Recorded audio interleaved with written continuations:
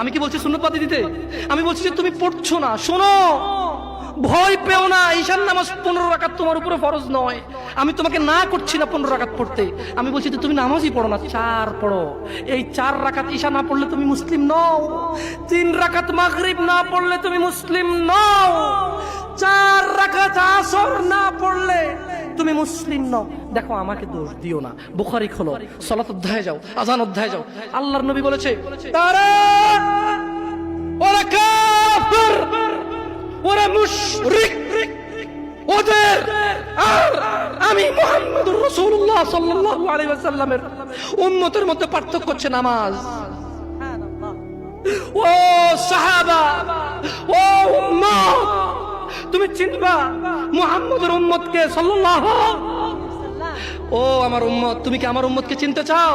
শোনো, তারা যারা আমার উম্মত না,